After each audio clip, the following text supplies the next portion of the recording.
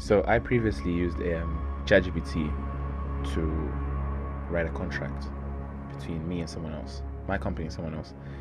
And I'm just curious, say for example that contract had to be terminated and maybe we had to go to court.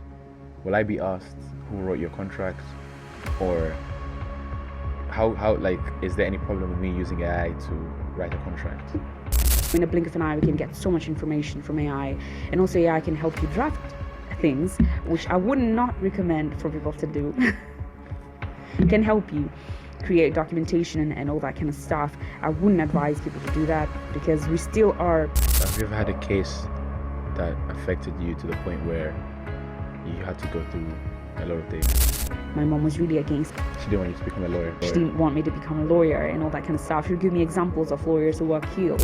Have you ever had an instance or scenario where you went to court, you lost a case, you had to get the client was so mad at you? Has that ever happened?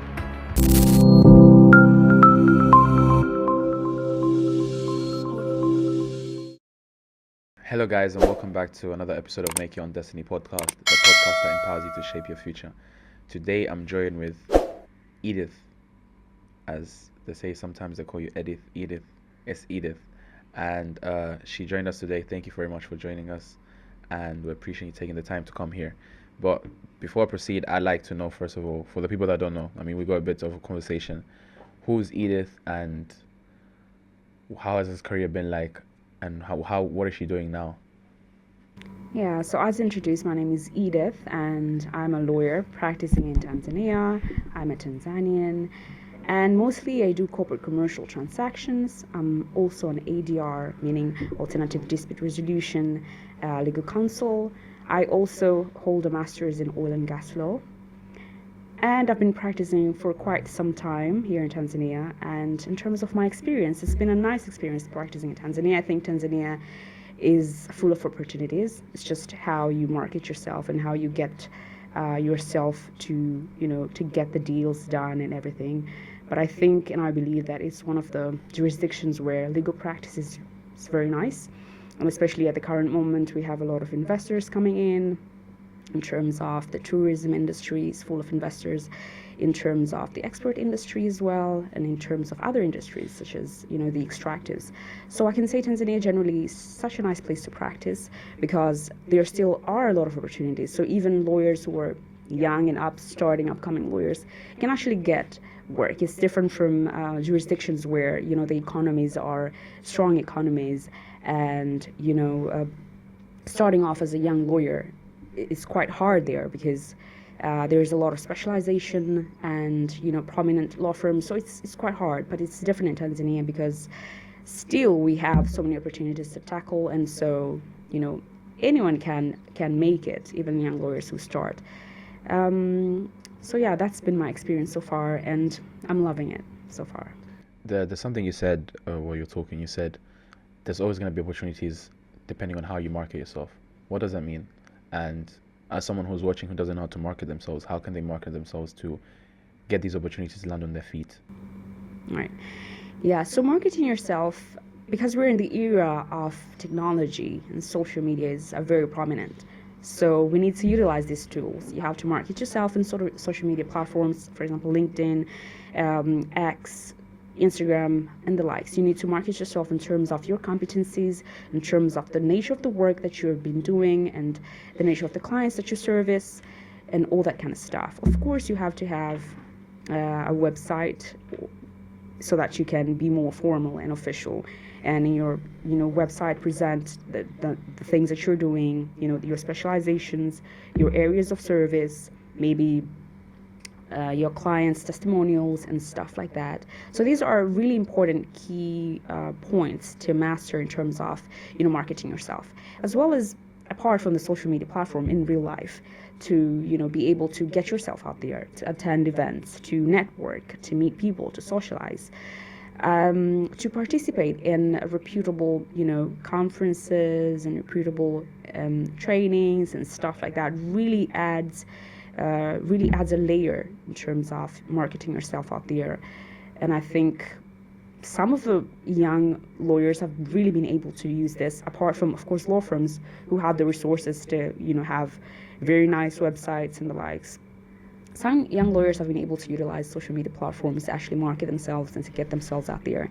And I think it's such a nice way to do things. So yeah, I can say that those are the key points. I once heard that it's I'm not sure if it's as a lawyer or as a law firm, you're not, especially in our country, you're not supposed to go outside and advertise yourself, meaning come, let me be a lawyer. How true is that? To advertise yourself? Basically, to go, like, for example, you see how you see billboards that say buy my drink, to say let me be your lawyer. Yeah. I heard that you're not allowed to do that. Yeah, you're not allowed to do that. And in Tanzania, of course, we adopted that law from the British, whereby we're not supposed to have banners or billboards to advertise that we're lawyers and offering certain services. But of course now, because that was in terms of the traditional advertisement systems. Okay. But now with the technology and social media, the law has not changed to adapt to that. So the law does not say you cannot go on social media and say that I can service you in terms of this. The law does not say that. The law does not prevent in terms of having websites and, displaying what you're offering. And so in terms of having billboards and the likes, of course, I can say that the law prevents, the law says you can't do that, but in terms of the, modern tools, you still can't do that. So it's a bit of a...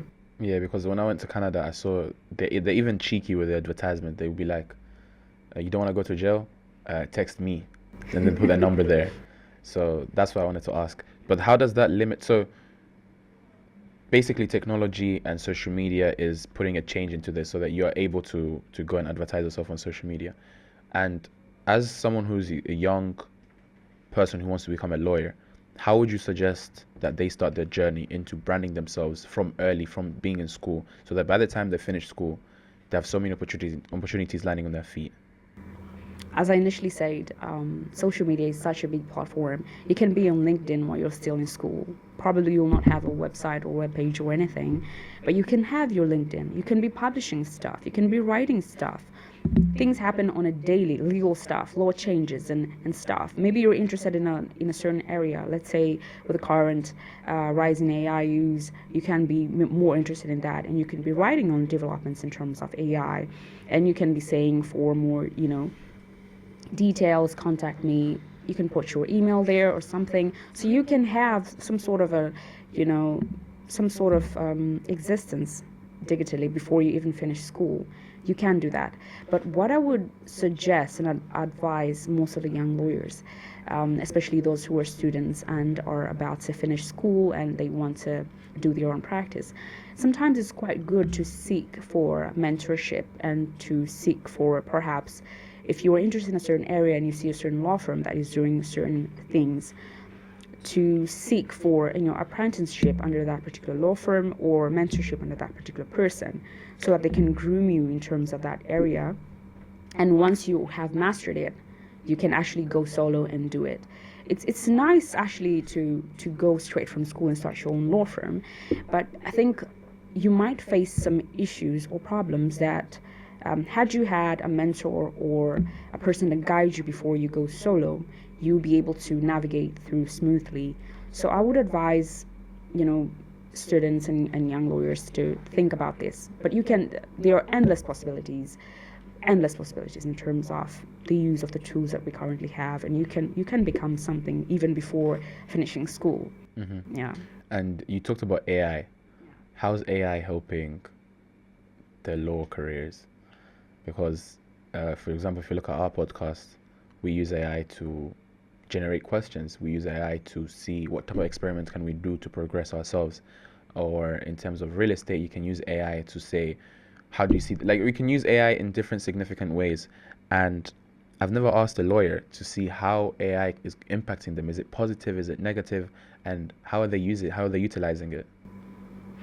AI is impacting all fields, and law is not exception to this. You can easily now search stuff using AI tools, and they can just give you, in a blink of an eye, so much content that you once before would have to visit maybe 3, 5, 10 websites, web pages to to get that. So now in a blink of an eye, we can get so much information from AI.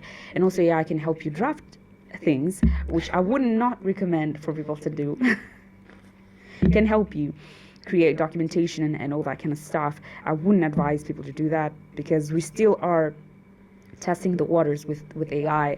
We still cannot guarantee a 100% accuracy. The AI tools are still learning most of the things, and we're putting in and teaching the systems. So basically, I wouldn't say that people should rely on the AI tools 100%, but I'm saying that they are helping us. But I would also advise people to just confirm if you get some sort of information, try to reconfirm it from the actual sources.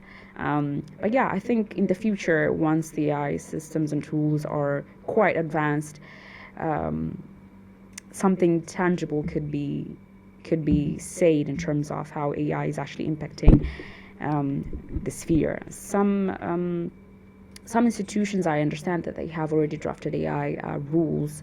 For example, in ADR, alternative dispute resolution, some institutions have already drafted, of course not in Tanzania, have already drafted rules in terms of how AI is supposed to be procedurally governed.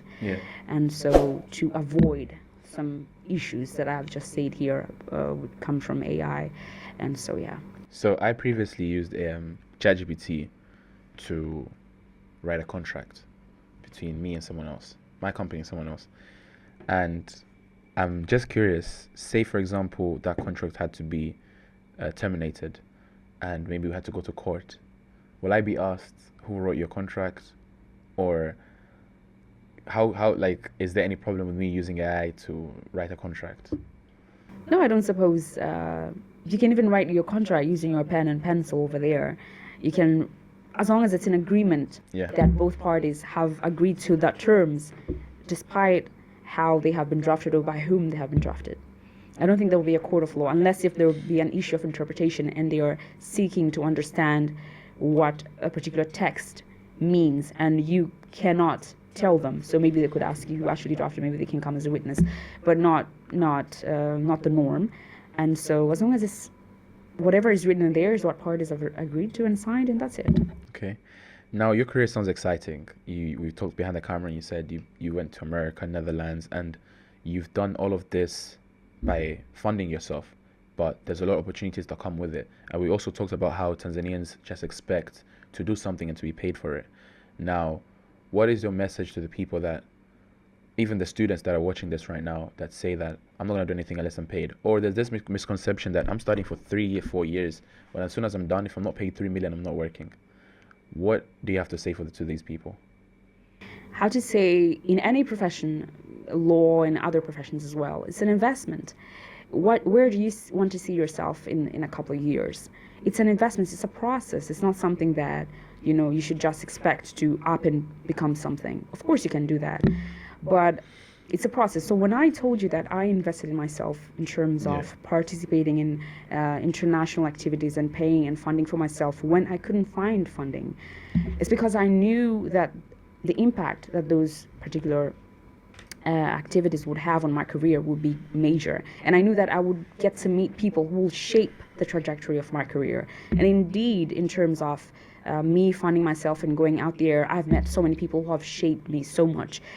So much has happened in my career because of those little things that I did for myself, the savings that I saved in my undergrad and made myself travel somewhere. I met so many people who indeed recommended me to some other things and made me go there again and get other things and get other things. And so that has really helped me tremendously. So it's like a trickle-down effect that one decision can have in terms of the rest of your career. So I would really advise, people, whether you're a young person, older person, whoever, it's just the principles of life, that if you want to get something, you shouldn't wait someone to give you something for you to get that something. You can do it yourself, and then have a plan how this particular thing is going to in the long run profit me. So it's all about planning, I can say, and I would advise people to have that particular mindset. Not everywhere that you go you'll be given money for your plane ticket and your expenditure.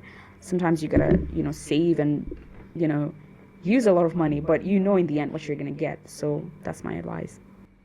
And can you describe a pivotal moment in your career that significantly shaped your approach to legal practice? I can say a pivotal moment.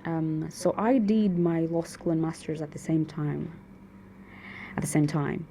And so I would attend my law school classes from 7:30ish to 4:30, and my masters would start at 5 to 8:30, sometimes 9 p.m. Every day? Every day, Monday to Friday. Wow.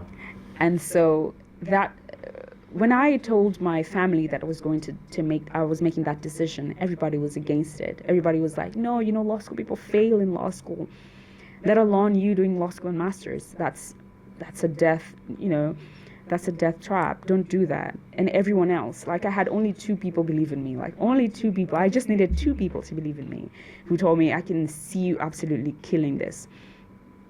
And I think it was one of the best decisions of my life, because it shaped me so much. It gave me so much resilience and so much confidence in my daily stuff. And me as a lawyer, it gave me so much confidence and ability to do so many things. And and I aced them. And so I aced them all. And so I'm really happy I made that decision, because I was actually forced to make that decision by the dean in my undergrad, because I was the best student in my undergrad. So I had a scholarship for the masters. And so the dean called me and told me that you have to do the masters because you have the scholarship. Mm-hmm. And I told the dean that I have to do my law school, because right now would be the best time, because I've just finished undergrad and I'll be going to law school with my peers. So it'd be easy for me to navigate. And he said, no, you have to do them both. Wow. And so that was where the decision was made. And so that really shaped me as a person, as you can see me today. Would you say you doing all of this is mainly because of passion, or is it because the career led you here? In terms of being a lawyer? Being a lawyer, yes.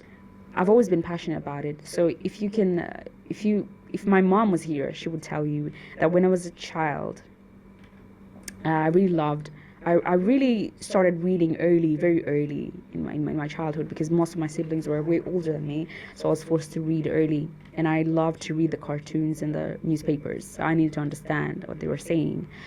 And so when my parents would do something that was not right or did not sit right with me, I used to get a pen and paper and write to them and explain to them that I was not happy with the things that they have done, and would ask them to apologize. And then I would fold the paper and I would pass it under my parents' door. And so I was basically litigating for myself. I was representing myself and representing my issues and presenting the issues and finally asking for a redress. So that's like a lawyer-like kind of stuff. When you go to court, you present your grievances in court, and then finally you say what you want the court to grant you. And so I used to do that. And I developed a passion for writing, of course, and speaking and writing and all that kind of stuff. So it wasn't hard for me to make a decision about being a lawyer. And initially, when I was making my applications for unis, my mom was against it. My mom was really against it. She didn't want you to become a lawyer. Want me to become a lawyer and all that kind of stuff. She would give me examples of lawyers who were killed. She would give me newspapers to read that, you see, this lawyer has been murdered. You see, this lawyer has done this and that. And so I was like, that's not going to be me. Or she would tell me, or being a lawyer, there are no jobs and all that kind of stuff people usually say and that kind of stuff. And so I made the application without my mom, by the help of my uncle. And in the end, she's really happy. And so I can say we are all happy. And would you say you talked about resilience, the importance of resilience? Some people that when they see failure coming around the way, they just get scared and then stop whatever they're doing and then just give up. How has resilience shaped you to who you are today? I could say resilience has shaped me in a way where I'm okay to fail. I'm really fine. I think there's a lot of learnings. If you just focus on something positive, that just one single positive thing that can come out of it, I think you'll be better placed. I'm okay at this particular juncture to have a client and go to court and lose a case. I'm just thinking of the solution, how to get out of this, rather than focusing on the failure itself. So I think that's how resilience has shaped me so far. Have you ever had any, you said you're going to court and then losing a court case with a client. Have you ever had instance or scenario where you went to court, you lost a case, you had to get the client was so mad at you? Has that ever happened? Thankfully not that mad. I've never experienced clients that are extremely mad, but you can see like the disappointment and the sadness in a client. And I hate that. Like, I hate to break the news when that happens. Like, it kills me, eats me inside. And I think a lot of lawyers are stressed because of that, because we take clients' issues as personal issues. We personalize them, and they affect us just as they affect the client. They affect us as well. It's a loss to us as well. Yeah. And that's why it's really important for lawyers to have like a de-stressing mechanism, or to have therapy and stuff. And we learn like stress management in law school. Okay. Yeah. So my other question is a bit about your personal life. Do you watch series? Like, do you watch series? And have you ever watched Suits? Yes, I have. How many times? I think I ended at season. You didn't finish it? No. Wow. So I Season- watched it when I was in high school, and I wanted to be a lawyer when I was watching it. But the reason why I could not be a lawyer is I don't like reading. And I've seen lawyers carry books upon books upon books that they have to read every single day to stay ahead. I can't do it. How do you guys do it? Like, how do you read every single day? Yes. Every single day? Every single day I read. Every single day. I'll tell you this. Not necessarily reading law material, right? Okay. I read, of course, when you have issues and you have to meet clients. For example, if you call me and say, Edith, maybe I have an issue in terms of aviation, and I have an aircraft that has this and this and that. You don't have to read before I come to even see you, so that I will not, be stuttering and all that kind of stuff. If I have to go meet regulators, I need to read and understand. If I have a case, I need to read and understand everything. And so reading is constant. But also, I just like to follow in terms of geopolitics. I follow global trends and global issues. I read every day newspapers. I visit websites such as Bloomberg and CNN, and every day. Every single day. Every single day, Monday to Sunday. And for me, it's just Monday like to Sunday. Monday to Sunday. It's not like a chore. For example, if I'm reading Bloomberg, if I'm getting notifications from Bloomberg, So you like it? I like it. It gives me so much perspective. If I'm sitting here talking to you about a certain issue, I can understand it. I can respond to you. So if you go to meetings, if you go to high places, high tables, and meet people, when they discuss speak it. something, I can say something. So you do this because you see the importance of it, even when you're meeting other people. That even if we're talking, you can chip in and not look stupid, basically. And I look dumb, yeah. Okay. And when it comes down to your typical day, how does your typical day look like? So I wake up in the morning. Usually I will wake up around 5:30 a.m. I would have a certain YouTube, video playing in the background. I'll be listening stuff about the Sahel region, which is my key interest right now, and the French exodus from Africa and all that kind of stuff. I'll be reading about, Asia. I'll be reading about the U.S. and Donald Trump's and his policies, how they're going to impact us. I'll be listening to something in the background, and then I'll get ready, and then I'll just off to the office, and I'll accomplish the hardest tasks, I think, early in the morning before breakfast. The hardest tasks, I would accomplish them, and then I would get my breakfast and do the lesser hard tasks after that in the afternoon, answer emails and all that kind of stuff. And then, unfortunately, I do not do sports. I have not gotten time to exercise or do anything because of the lifestyle that I have as a lawyer. I can make time, I know, it's just priorities. So You just decided not to make time.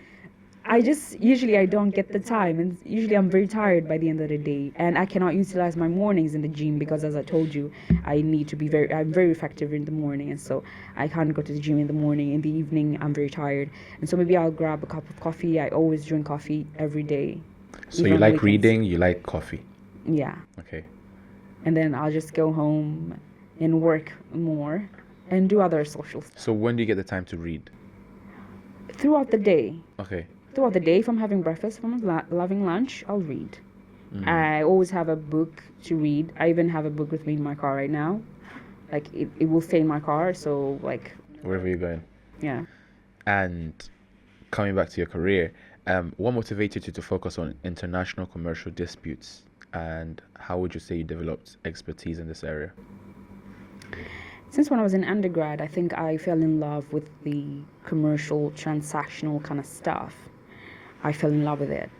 And so I opted for many courses that were commercially oriented courses. I did international trade and finance law, I did insurance law, I did all the commercial courses that I could opt for, negotiable instruments in terms of the checks, the law governing the checks, and promissory notes and bills and all that kind of stuff. I did that because I was really into it.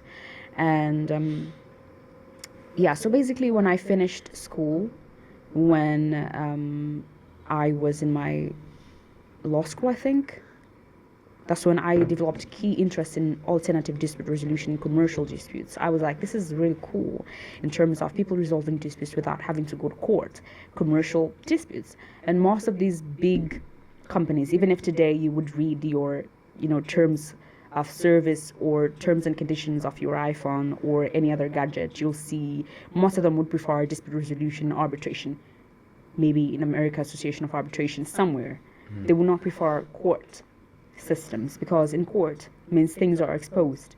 If you have a case in court, reporters can come to court and take photos of you. Documentation is free to the public. People can ask to peruse the court files, and so maybe your trade secrets and all that kind of stuff could be exposed. And so with alternative dispute resolution in commercial disputes, it's quite different. It's if we have a dispute between me and you, we agree on the place of dispute resolution. Maybe we'll go to a neutral country. Maybe we'll go to the UK. Yeah. And in the UK, maybe we will use an institution, which is the London Court of International Arbitration. The London Court of International Arbitration has a list of arbitrators in the panel. So we'll go and seek for arbitrators who are competent in that particular commercial aspect.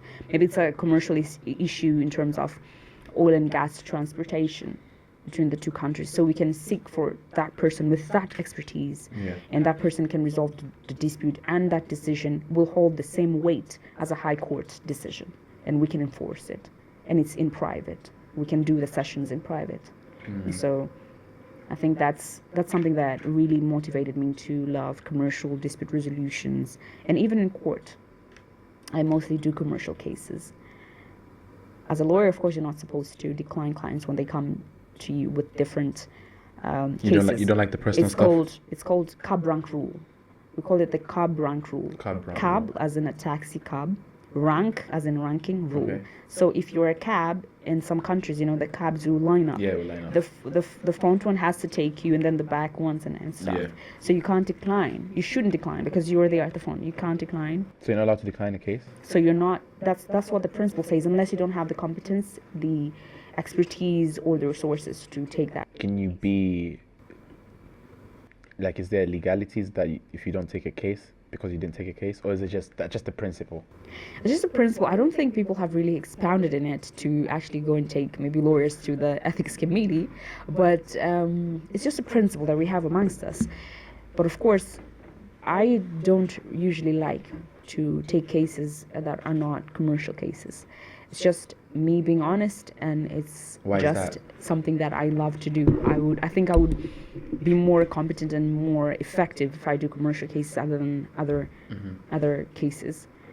Also, I'm very emotional, so cases will affect me very much. And I have interned in court for 2 years when I was in my undergrad, and so I can do advisory, but to stand, I think the case would affect me so much. So much. Have you ever had a case that affected you to the point where you had to go through a lot of things? Yeah. There were commercial cases as well. So everything affects you, but in a different kind of way. I mean, if a case would involve a child, that will affect me for the rest of my life. Right? Is there a case that is... I have not done those cases. Okay. But I'm saying those are the cases that I try to avoid. Maybe I can assist in terms of advisory, but not to stand. So let's say somebody comes and they have done something to a child, and you're defending this person, and you have to use your best capabilities to defend this person, and you know that they have done it, but you have to defend them. I think that would eat me up for the rest of my life. And those are the cases I'm saying that I'm trying to avoid. So let me put a scenario in play. Say there's a man who did unspeakable things to a child, okay? You are representing the man, and you know that he did it, and you won the case, okay? Now, the child is still in hospital. I want to understand the after effect. You said that it would eat you up. Okay, fine. Say it's eating you up and you go visit this child to maybe cover the bills. Is that allowed? Yeah, it's allowed. It's not a crime to help someone, but I'm saying it's just I will not feel right. Even if I go and help this child, it will never feel right because it is not right. And especially if you know that this person has done it. Or let's say it's a murder case and you know that your client has killed someone, you have to defend them to the best of your abilities. This is a loss of life. I mean, it's just another Tuesday for you, but you know, people are suffering on the other side. You can see the family, they're crying. I mean, that I think would greatly affect me as a person. And I wouldn't want to. I mean, it's good for commercial cases that if you lose your business, you will make more money. Like, even if maybe my client was the one at fault, but it's just money, you know, you'll make more money. You're not killed, you're not jailed, nothing. So it's just, I think it's easier for me to deal with those. And for you, when it comes down to these cases, obviously I'm pretty sure taking these murder cases make more money than a regular case because you're representing someone who knows they're guilty, but you need to. So what's important to you? I think it depends. Some of the commercial cases pay much more better than. Do they? Yeah. So okay, if you were to rank the top 3 most paid cases, or how would you rank them? Is it commercial cases first? I would say it depends on the nature of the client and the nature of the matter and the money that is in dispute. So let's say if it's a commercial case, maybe you're presenting a person who is claiming maybe 200 billion. I mean, you'll be paid well, right? Yeah.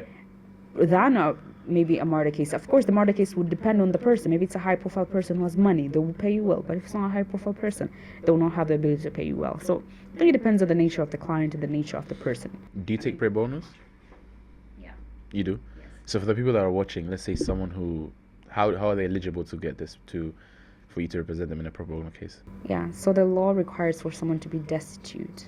You have to be a person who can actually not afford at all to, or not sometimes not at all, but sometimes some of the aspects of the case. So you can have a pro bono person who can afford to pay for legal services, but they can pay to institute that case in court because there are, you know, court fees to institute or file a case. Maybe they can pay for that, but they cannot pay for the lawyer. So maybe we can help them there. And sometimes there could be people who cannot pay for anything, and then you have to help them throughout the whole of the process. Do you put your all into these pro bono cases? Yes. So it's as if you're getting paid? We put into our all because we have decided to take it. I mean, if you can't put your all, don't take it. We're not forced to. It's different from getting from getting a doc in terms of maybe a person is in court for a criminal issue and they cannot afford a lawyer, and then you're given the doc, you're given the file, you're told take this file, and usually they don't pay them much. We don't have a public defender system in Tanzania, and so they would just take private lawyers, right? They'll take private lawyers, they'll tell you, you can't, of course, reject it. You have to take it and defend this person. He has been accused of murder, and they cannot afford a lawyer. Usually, I've not been approached, but I've heard that they don't pay them as much, so I'm not so sure. Even the public defender system in other countries, they would say that they're not paid well, and so usually they would take the cases for granted and not with the same weight as cases where clients pay directly. But in terms of here, if you take a case pro bono, you have to use your best abilities, because if you don't, please just don't take it. Just direct someone, maybe go to that NGO and get some help. Yeah. Don't take it. We talked about ADR, and you're the chairwoman of ADR in Tanzania. The Tanzania Institute of Arbitrators Young Members Club. So it's a young members club? Yeah, it's for young members. Oh, okay. And how do you foresee the evolution of ADR practices in Tanzania over the next decade? I see ADR coming up and being one of the most dependent on dispute resolution mechanisms. We have seen a lot of development in the ADR space as of recent in Tanzania. We've had the new Arbitration Act, we've had the regulations, and right now I think the Tanzania Arbitration Center will also be instituted. which will be regulating matters of arbitration and stuff. But we also have arbitral institutions such as the Tanzania International Arbitration Center, the TIAC, we have the Tanzania Institute of Arbitrators, we have the NCC, the National Construction Council, which arbitrates in construction disputes. And so I think we have taken a step farther, but we need to do the work. Yeah. We need to actually do the work. Most of the practitioners are litigation minded. They prefer to go to court. They don't prefer to do ADR. Yeah. So we need to change the mindset. At least now we've seen people are doing a lot of ADR, which is great. I mean, a country like Rwanda is such a small country, but they're up and coming and doing a lot of things in the ADR space. The Kigali International Arbitration Center is, internationally known. And so I think in the next 10 years or so, I think we'll be there with much work that we should be putting in. Makes sense. We've had women on our podcast before, and they've always talked about the challenges they face as a woman trying to rise up in their specific careers. What systematic challenges have you faced as a professional woman in law, and how do you overcome them? And what message do you have for the women who are looking at you now and want to become lawyers in the future? All right. I'll start this by going back in time when I was in my third year of uni. I did my uni for 4 years, the bachelor's. So in my third year, we had a law career day, and we had a lot of, lawyers come in and, talk to us on the stage in terms of the practice and all that stuff. Yeah. And then there was a certain lady who was asked the same question. And she said, being a lawyer is very hard for a woman. It's very tough. You have to balance, being a woman, being a mother and other womanly stuff. You will not be effective in all days of the month as a woman and all that kind of stuff. It was quite disappointing for me. I was like, oh my God, so this is the future that I'm seeing. Yeah. And then there was another panel. Another lady was asked the same question, and she said, actually, being a woman lawyer is the most amazing thing. It's the easiest thing that you could ever be. I mean, it's just understanding yourself and positioning yourself in ways that can actually impact you. For example, she would say small things for both men and women. She'd say, dress nicely, present yourself nicely. All this kind of stuff might have little impacts. And she said it's tremendously helped her. Being a woman lawyer is the best thing ever. So there are different positions in terms of these two women who were there. So if today, a few years later, I'm supposed to give my position, I would say, of course, everything has challenges. But I would say that being a woman lawyer is a good and a great thing. I think women lawyers are the best lawyers. You think women lawyers are the best? Yes, are the best lawyers, because we understand emotion. We understand so much things that a male counterpart could not understand. Like what? We understand how to address people depending on their mood, in terms of we can easily navigate and get stuff done other than our male counterparts. And even when you're talking to clients, even when you're listening to them, there are little skills that. But isn't that just a skill that someone can just? Women naturally have it, and most of the men don't. So sometimes it's tacit. You can agree to inborn. disagree. No, most of the times it's inborn. I tell you that. Even in court, even when you're talking to clients, even when you're talking to a child who's faced something, the way you talk to them and you address them, it's different. So I feel like women are the best lawyers, no pun intended. I mean, you can't argue against that one. So I think women are really good at this one. Or do you think women have favoritism?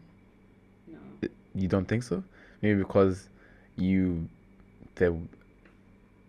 think that it's a skill, but essentially maybe because a man is just listening better. Or have you ever went against a woman? So how does it go? You said women are the best. Fine. We can agree to disagree. How does it go if it's a woman v woman in court? Because everyone, they're the best, right? So it's like, Messi and Ronaldo, when they go against each other, it's like a battle. So have you ever went against a woman and it's been, wow, you're like, she might eat me up? Because I have gone against women, and some, I think, we just have to have like respect and mutual consideration that we're there as professionals. And of course, some of the people will overstep that and not be professional. It applies to both men and women. But I think it's the best thing ever. Like, so good to see like your counterpart is a woman. Like, oh, that's nice. Like, you're doing stuff with your life, and that's good. I don't feel like, oh my God, this lady. I don't feel like that. Is your role model a man or a woman? I have both role models who are men and women, but I would say a certain lady motivated me a lot in terms of transactions and getting myself out there. And she would always, seek me out and say, "Oh, did you see these? Would you apply for that? Should I put in a good word for you? Should I?" So I think that was. I can say a woman, but also there's a man. I have so many role models, I can say. Who's a role model to you? A person who you can see yourself becoming, or a person whose steps you can see yourself taking, in terms of not being exactly like them, but getting some sort of achievements in terms of the practice area or something. So yeah, so I have many role models for sure, because I've met so many people who have had so much impact in my life. Sometimes I've met a person once and they have had a lifelong impact. What do you think is the difference, or is there a difference between a role model and a mentor? Yeah. What is it? A role model, as I've told you, is someone who you model after. I mean, you see yourself taking the steps to becoming that person. A mentor is not necessarily a role model. It's just a person who guides you, instructs you, guides you, takes you through the path of becoming what you want to be. Probably be like them or something else. So don't you think a mentor is essentially just a role model to you? Because you think you're saying that a role model doesn't have to necessarily be your mentor. Yeah. And a mentor necessarily not be a role model, but they can. But then you just said that you want to be like them. Don't you, isn't that A role model if you want to be like them. But a mentor is someone who guides you into something, could be like them or not like them. And do you have any mentor Yes. that have guided you in your path? And what is the importance of having a mentor? I think we've just said this. The importance, if they can guide you, they can give you that guidance in terms of what you have to do. It can be an area that they're not even practicing, but they have the wisdom and they know the people and they know whatever. They can guide you in that kind of way. So I think it's really important. As I initially said, young lawyers should seek out mentors to help them, guide them, even if it's not an area that mentor is doing, but they can impart some sort of wisdom in terms of where you should go. And do you mentor any young lawyers? Yeah. How's that going? I am a young lawyer myself. I still need mentoring. But yeah, I understand what you're saying. So for people that are watching, you're trying to let them know that you're not old. She's still young, guys. So yeah, I'm still a young lawyer, basically. So I mentor anyone who I meet anywhere. Of course, there are people who reach out to you and say, "Hey, can you mentor me on this thing?" And you would advise them. You would tell them, maybe apply for this, do this, and this, and this, and that. So we're doing that. And currently, in the Young Members Club of the TR, we are having a section for mentorship, specifically to mentor young members, to mentor them in terms of, for them first to understand who they are and what are the areas that they are interested in, because most of the people don't really know that until they meet someone or they do something and then it clicks that this is where I'm heading, this is where I should be heading. And so currently we are having those programs, and as I told you, we have the moot court competitions where we offer the mentorships and scholarships and kind of stuff. I was invited, guys, just to let you know, guys, that in October. In October, yes. I'll be attending the moot court, and I'll let you know, guys, how it goes, because I really want to attend. Or if you can invite me to an actual court, I'd really appreciate that. I will invite you. For me, it's something that I really want to witness because of watching Suits. I've watched it more than 3 times, the whole series, because I'm just, when Mike Ross goes on there, have respect. I'm just like, if this is how law is, then I want to be a lawyer. But I just can't read. Not that I can't read. I don't like reading, but I'm developing every single day. I'm trying to read 1 page, 2 pages. But so guys, I'm officially asking her to invite me to the court one day. So I'll invite you to the moot court competition that we have in October. Okay. But also, I'm going. Perhaps you can attend in February. As I told you, we are having the Jessup Oh. international moot court competition, and so we'll have the national rounds. Each country has their national rounds in their respective countries, and then the winners go to US for the international rounds. Behind the cameras, I asked you, and you said you pay for yourself to go, but what about the winners? Do they get paid for? No. So they have to pay for themselves? Yes. And so, as I told you, this is an investment, and more than 100 and something, 120, 130 teams go there. More than, I don't know, 100 countries go there. They understand the importance. People go there with their coaches, with their teachers, with your advisors. I mean, would you invest in someone? I would. So for the people watching, or for the people that might attend this, just so you know, if you catch her eye, she might invest in you. Yeah. So for the participants of the Jessup International Moot Court Competition, for those who will be, will be winning the national rounds, going to the international rounds, of course, reach out. Of course, we will meet in the session. And so we will meet in the session.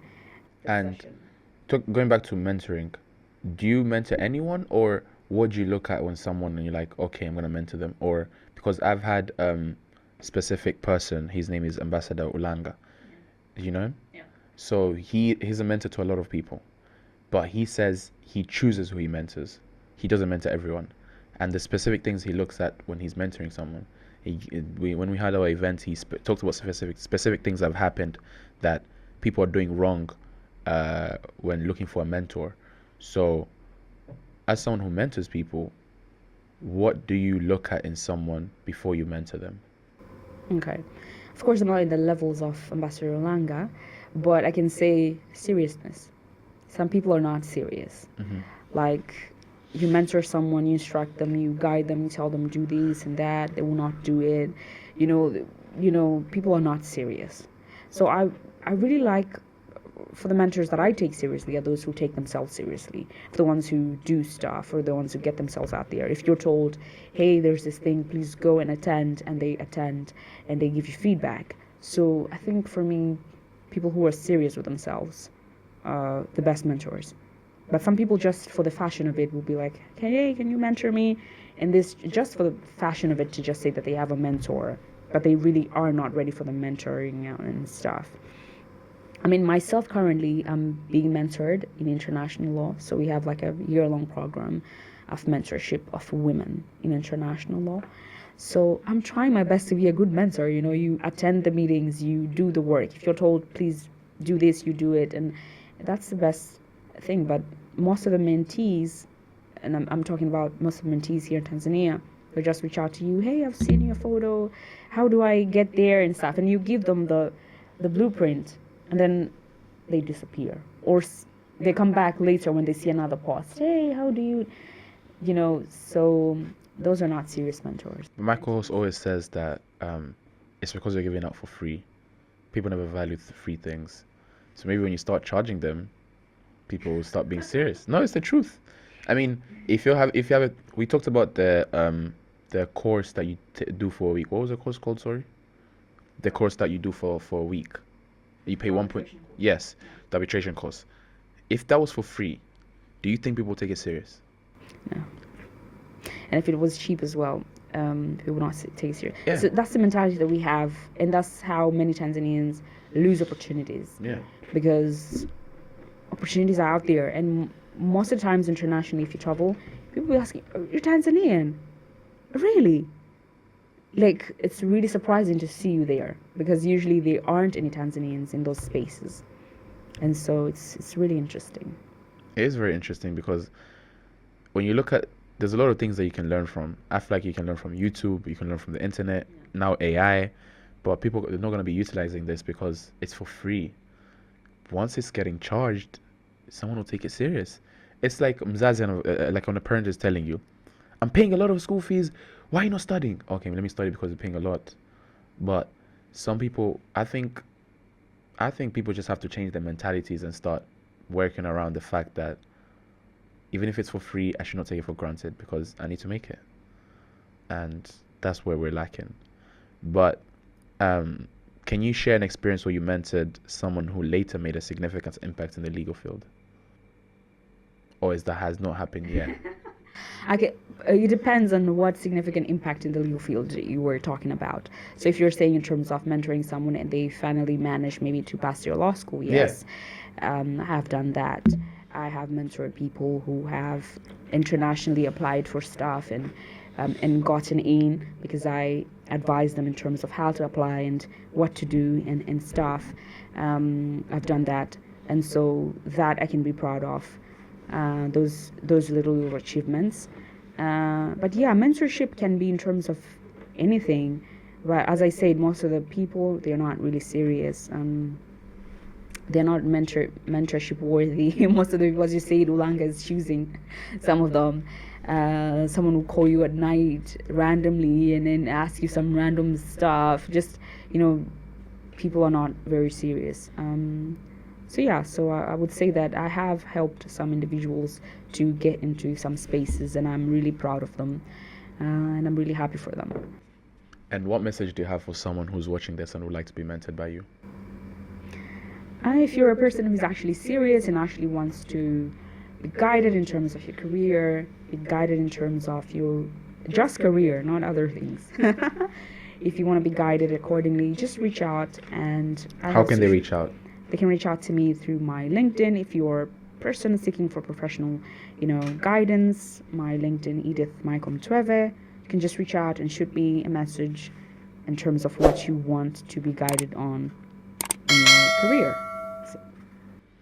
And before we end it off, what message do you have for Edith, who's watching this the next 10 years? I would say congratulations. You have done quite well for yourself. You have managed to accomplish some of the things that you only dreamt of, and work harder to achieve more. I think there's so many opportunities waiting for you to tackle, and all the best. That's very sweet. Edith, you're watching this. We really thank you for coming to the episode, and can you please come back for the next episode again so that we can do this is the next 10 years. But the last question is, what legacy do you hope to leave in the field of ADR and the broader legal community? And as a person yourself, what type of legacy do you want to leave? So my interest has always been international law. Okay. And I've told you I've done so many activities around that space, and currently I'm being mentored on that particular space by an international organization. And so ADR is an international dispute resolution mechanism as well. Mm-hmm. We have international commercial dispute resolution. We have international investment dispute resolution. So for international commercial dispute resolution, if you're a company A in another country and I'm company B in another country, how do we resolve our disputes?